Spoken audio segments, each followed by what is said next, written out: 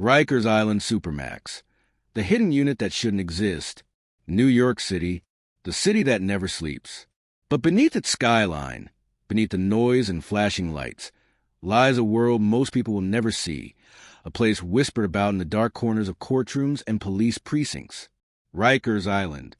For decades, this fortress has been more than a jail. It's been a world of its own, a place where rules bend, where corruption festers, and where the line between guard and prisoner blurs until no one knows who's in control anymore. But what if I told you there's a part of Rikers the public has never truly seen, a place even most officers refuse to talk about, hidden within the island's maze of concrete and steel? They call it the Supermax unit. It's where the system sends those they've given up on, the violent, the uncontrollable, the forgotten. But what goes on behind those doors? That's the story they never wanted you to hear. Because inside Rikers Supermax, survival isn't just about living. It's about keeping your soul. On a freezing December night in 2018, a man named Luis Ghost Ramirez was escorted into that unit. His head was bleeding. His hands were cuffed behind his back. And by sunrise, he was dead. The official report said suicide, but the details never added up. His mother swore he was calling home every night, calm, hopeful, ready to be released. Inmates claimed they heard screams long after the lights went out, and a correctional officer, who later vanished, said on tape they didn't want him to leave alive. What happened inside that cell would spark one of the most disturbing cover-ups in New York's prison history. This is that story, and what you're about to hear was never meant to reach the public. Before Ghost Ramirez's death, Rikers Island was already on fire. The fights, the drugs, the suicides. But the Supermax, officially labeled Unit 3C, was supposed to be different. It was built for security and control. Except there was no control. Inside, there were cells so cold you could see your breath. Cameras that conveniently stopped recording before every incident. And correctional officers wearing masks, no-name tags, who acted more like a secret task force than jail guards. They called themselves the Watchmen, and they ran Rikers Supermax their own way. When Ghost arrived, he didn't know the unspoken rule. You don't ask questions in 3C, because here the walls listen, and the walls remember. But before we understand what happened to Ghost Ramirez, we have to go back to how this place, this nightmare was created. Birth of a monster. The story of Rikers Supermax begins in 2011. New York City's jail system was in chaos. Inmate assaults were skyrocketing. Lawsuits were piling up. And the Department of Correction had a public image problem they couldn't contain. Their solution? A secret project called Operation Iron Gate. It was meant to restore order. But what it really did was unleash something darker. Under the radar, the DOC authorized construction of an experimental unit inside Rikers' most secure building, the Otis Banham Correctional Center. No official press release, no media access, no oversight. The blueprints described it as a high-risk management zone. But guards who worked there gave it another name, the cage. Every inch was designed to break a person. Lights that never turned off, air vents that pumped freezing air day and night, and constant isolation, weeks without human contact. They said it was for the worst of the worst. But soon, the criteria expanded.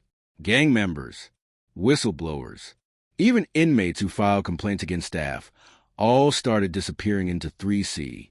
Once you were sent there, you didn't come back the same, if you came back at all. City officials deny allegations of abuse.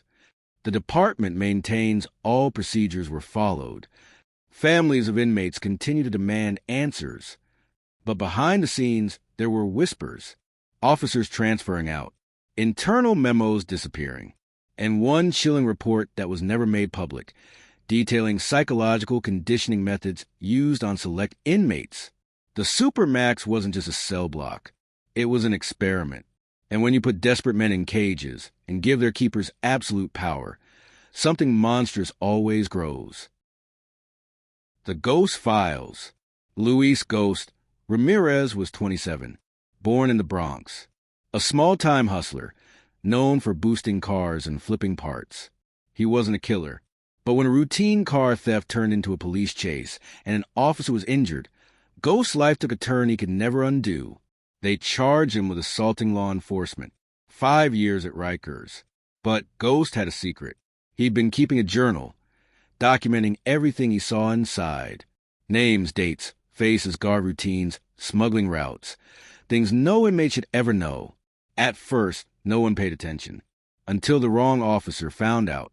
That's when Ghost's cell was raided, his papers destroyed. And within days, he was transferred to Unit 3C. His mother said his last call sounded different. He whispered, "Ma, if something happens to me, don't believe what they say." That call was recorded, but the file mysteriously was deleted. What they didn't delete was Ghost's name from the internal Watchmen log. Beside it, 2 words were written in red ink: uncooperative, terminate. The Watchmen, to understand 3C, you have to understand them. The Watchmen, a hand-picked team of correctional officers, veterans, loyalists, and men with disciplinary records wiped clean. They worked in rotation, never revealing their full names, and communicated through encrypted radios that weren't logged by the main DOC system. Their leader? A man named Captain Robert Kane. Decorated, respected, untouchable. On paper, he was everything the department needed. Off the record, he was the architect of the Supermax's darkest secrets. Former officers described him as a ghost with a badge. He ran 3C like a private militia. His philosophy was simple. Fear keeps order. When new inmates arrived, Kane's team conducted what they called orientation. It wasn't about paperwork. It was about breaking them. Sleep deprivation, cold showers at 3 a.m., food trays laced with cleaning chemicals. And for anyone who talked back, the blackout cell. No lights, no bed, no sound, just darkness and your own thoughts.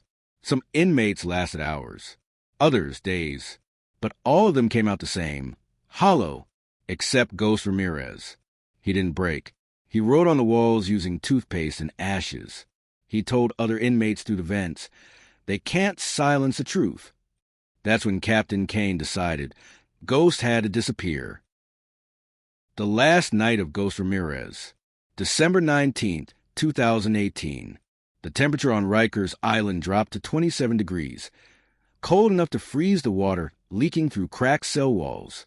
Inside Unit 3C, there was no heat, no sound, just the buzz of fluorescent lights and the slow, rhythmic clang of metal doors.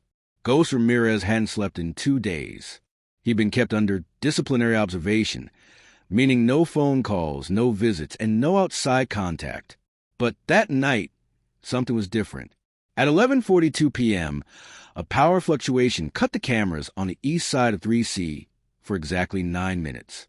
9 minutes that no one could explain. When the feed came back, Ghost was gone. Correctional officers claimed they found him hanging from a bedsheet. The official report called it suicide by asphyxiation. But photos taken later, leaked from the medical examiner's office, told another story. His neck showed blunt force trauma. His hands had deep bruises, like he'd been restrained. And the sheet? It was clean. No fibers, no skin, no DNA. Something didn't add up. One of the inmates in the next cell swore. He heard Ghost shouting just before the blackout. Tell them what they did to me. Moments later, the corridor filled with footsteps. Then silence. By morning, the Watchmen were gone. And every logbook entry from that night was rewritten. The Department of Correction released a 1-page statement. Inmate Luis Ramirez was found unresponsive in his cell. Life-saving measures were unsuccessful. The matter is under review. But the review never happened. No investigation. No disciplinary action. Just another body added to Rikers' long list of unsolved incidents. Still, someone inside the system wasn't willing to let it go. The insider, her name was Officer Dana Morales. She'd worked at Rikers for 6 years, quiet, disciplined, never caused trouble. But in 2019, she was reassigned to Unit 3C as a relief officer. She lasted 3 weeks. In her written statement, never made public, she described her first night on duty. They don't clock in. They don't log meals. They move like a unit. She said the Watchmen operated outside normal protocol, running their own code, ignoring chain of command, and covering every trace of misconduct. But the thing that broke her silence wasn't fear. It was a file she found buried inside control room server, labeled simply, Ghost_log Abby. The footage was grainy, time-stamped 11:36 p.m., December 19th. It showed two masked officers entering Ghost's cell. The camera glitched, then flickered back on 5 minutes later. When it did, the cell was empty. No body, no movement, just blood on the floor. Dana copied the file to a flash drive and hid it in her locker. The next day, her locker was broken into. The flash drive was gone. She tried reporting it, but her supervisor told her to forget she saw anything. That night, she got a text from an unknown number. Stop asking questions or you'll end up like him. 3 days later, Officer Morales resigned. She left New York, changed her number, and vanished from public record. But before she disappeared, she mailed one last envelope to a journalist she trusted. Inside were 3 photographs, 1 torn document, and a single line written in red ink. The Watchmen don't work for the city anymore. The cover-up. By early 2019, Rikers Island was under pressure. Human rights groups were calling for federal intervention. But behind the scenes, the department was scrambling, not to expose the truth, but to contain it. Emails between senior officials, later leaked, showed a clear pattern. Delay, distract, deny. They reclassified Ghost Ramirez's death from suspicious to resolved. They reassigned every officer on duty that night to different facilities. And they buried the entire case under a new project name, Operation Phoenix. To the outside world, Rikers was improving. New safety protocols, new leadership, new cameras. But none of that mattered, because inside those walls, the same people were still running the show, just under a different name. The Watchmen didn't disappear. They went underground. Former staff said they began operating in secret, using old tunnels beneath the facility, passageways that date back to the 1930s. There were whispers of ghost shifts, overnight operations with no official rosters. And every few months, another inmate would die under mysterious circumstances. No one could prove it, but everyone knew. If the Watchmen wanted you gone, you'd vanish before sunrise. And still, one man was determined to find the truth. The journalist. His name was Evan Price, an investigative journalist from the Bronx. He'd built his career exposing police corruption and prison scandals. When the envelope from Officer Morales landed on his desk, he knew instantly this was dangerous. The photos showed Ghost's cell, the bloodstains, the empty corner where the camera should have been. The torn document was a disciplinary report signed by Captain Robert Kane, and the red ink note chilled him to his core. Evan began digging. He filed FOIA requests, contacted ex-officers, even interviewed inmates who'd been in 3C. Every lead pointed to the same truth. The Watchmen weren't acting alone. They had protection from inside the system. As Evan's story grew, so did the threats. Unmarked cars outside his apartment, blocked calls, his editor receiving anonymous emails telling him to drop the Rikers piece. But Evan didn't stop. In April 2019, he published an article titled, Ghosts of Rikers, the hidden unit they don't want you to see. Within 24 hours, it went viral. Tens of thousands of shares. News outlets demanding answers. Lawyers calling for a federal investigation. For the first time, the public was looking inside the island's darkest corner. But the celebration didn't last long.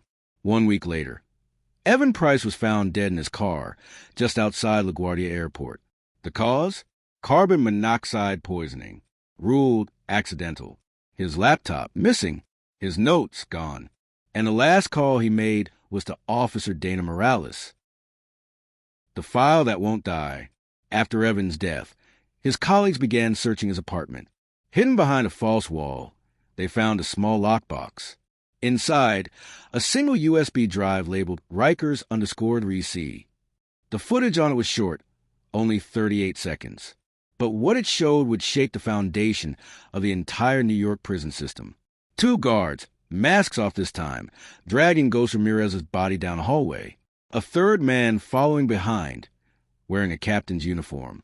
Captain Robert Kane. He wasn't supposed to be there that night. Official records said he was off duty, but there he was on tape, ordering 2 men to clean the cell.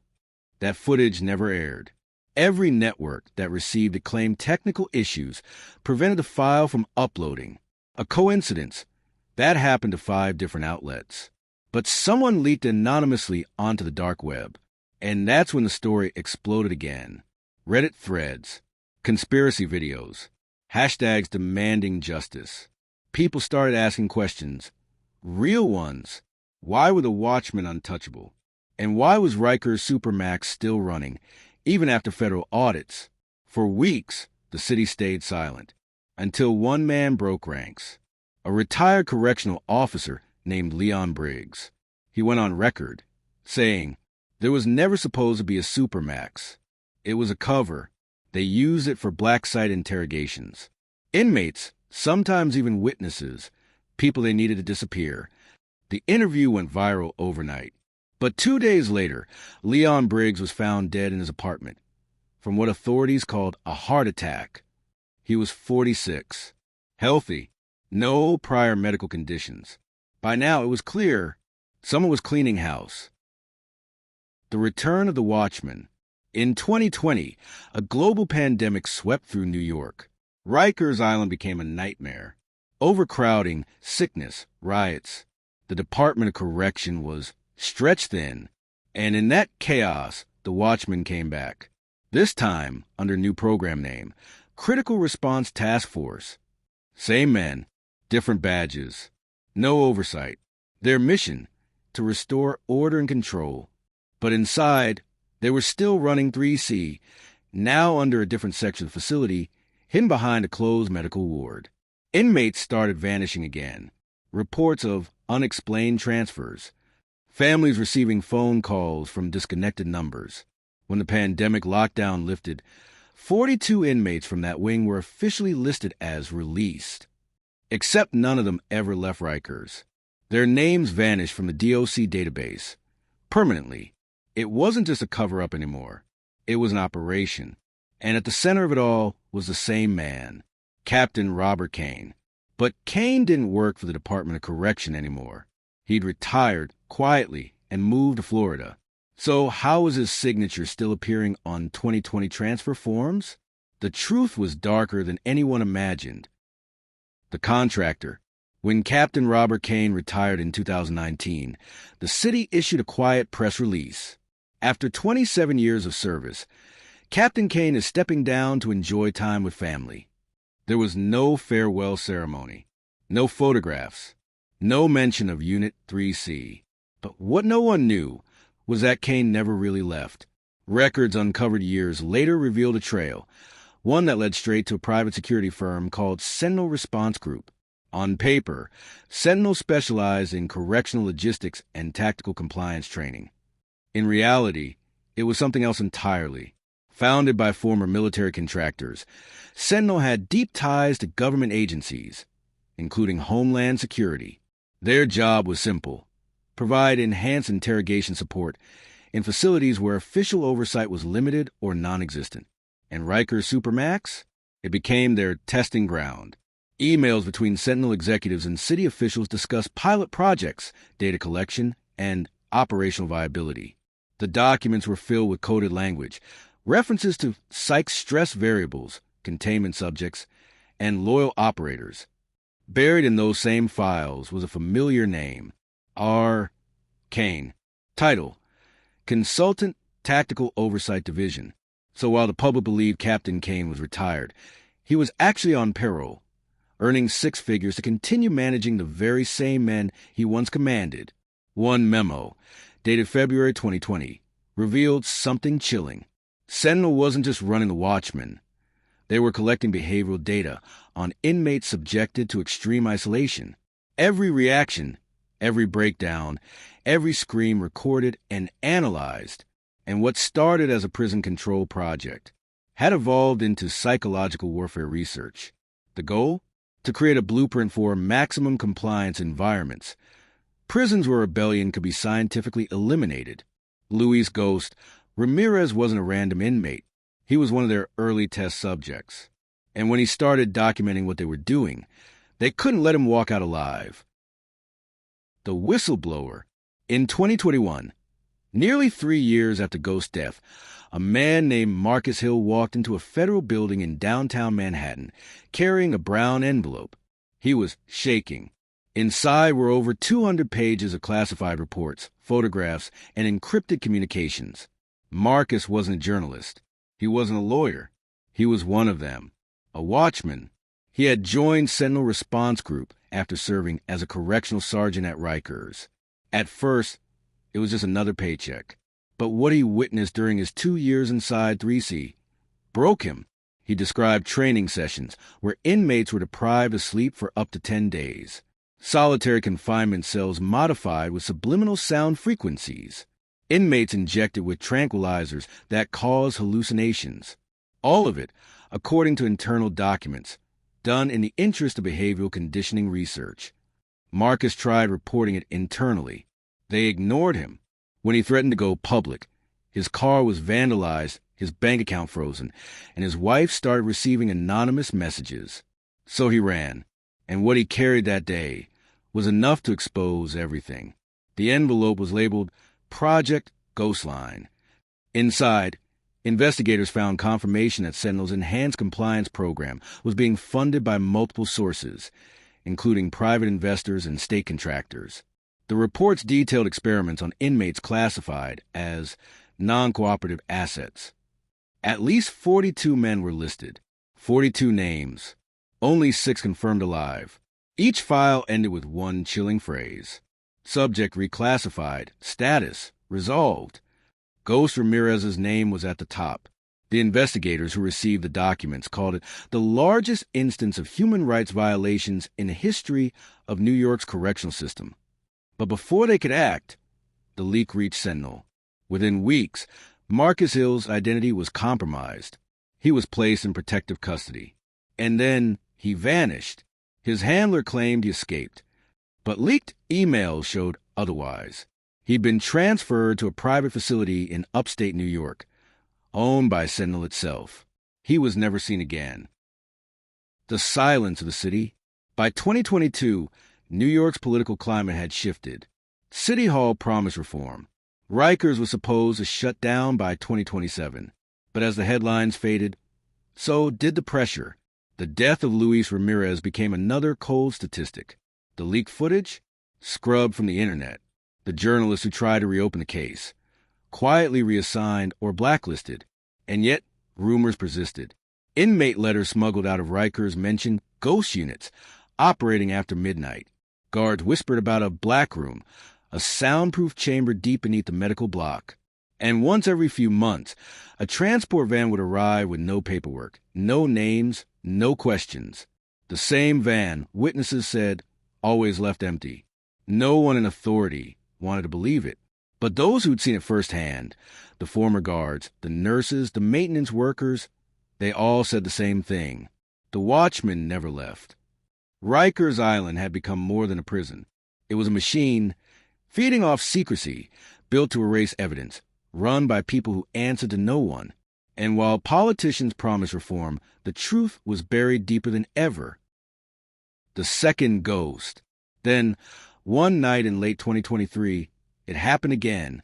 An inmate named Tyrone Banks, 22 years old, awaiting trial for robbery, was found dead in solitary confinement. The report said he overdosed on contraband pills. But there was one problem. His toxicology screen showed nothing. No drugs. No alcohol. Nothing.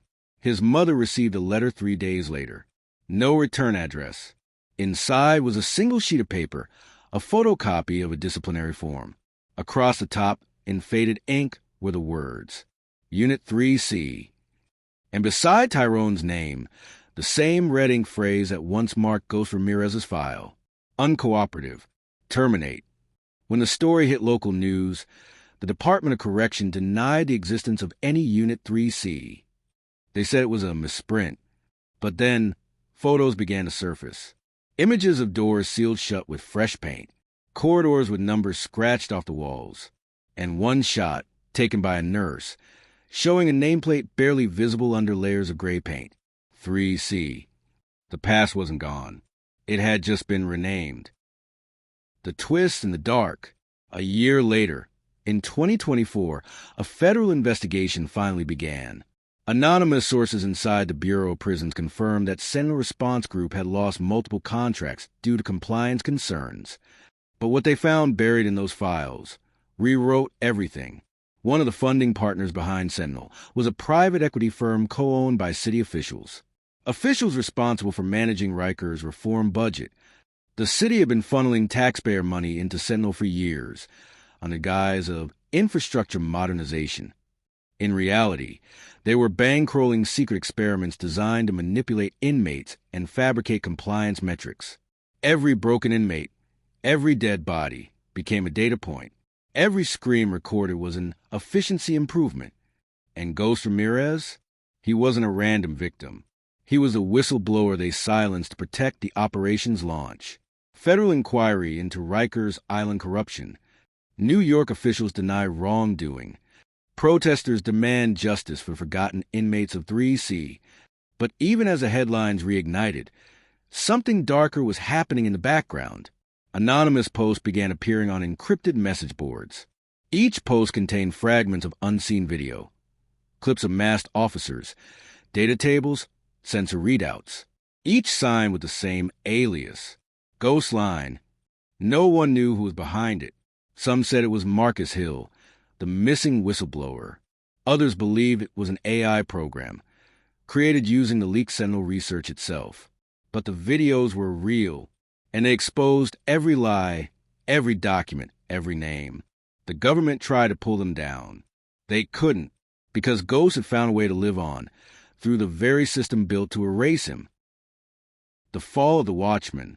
When the Ghost Line leaks reached national media, the damage was irreversible. Federal agents raided multiple Sentinel offices.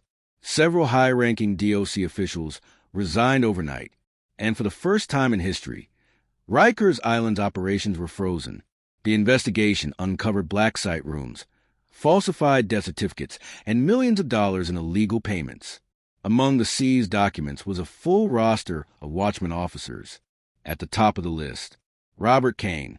But when authorities tracked him down to his Florida property, it was too late. The house was empty.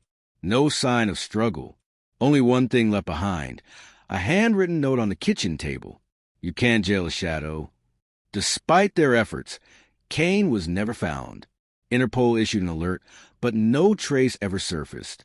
It was as if the architect of Rikers Supermax had vanished, like the ghost he created. Yet the Ghost Line channel continued posting, and each video ended the same way. A single phrase typed in red. The walls still listen. Epilogue: the island that never sleeps. Today, Rikers Island still stands, a decaying monument to everything the system tried to hide. Its towers are rusted, its cells emptying, but its secrets remain buried beneath concrete and silence. The government calls it a facility in transition. Reformers call it a wound that won't heal. But the families of men like Luis Ramirez, they call it something else: murder with paperwork. Every year, hundreds of letters arrive at City Hall, from mothers, brothers, and children of those who vanished inside Rikers. Most go unanswered, but a few find their way to journalists who remember Evan Price and the story that cost him his life. They keep digging, because somewhere in the shadows, the Watchmen are still watching. Maybe Kane escaped. Maybe he's gone. But maybe he never needed to, because Rikers Island was never just a place. It was an idea, one that said control is power, and power never dies. And as long as prisons exist, as long as there are walls and men willing to hide behind them, there will always be another ghost. In the end, Luis Ramirez's story wasn't about death. It was about truth, and how far people will go to bury it. But the truth doesn't stay buried forever. It echoes through the halls of Rikers Island, waiting for someone brave enough to listen.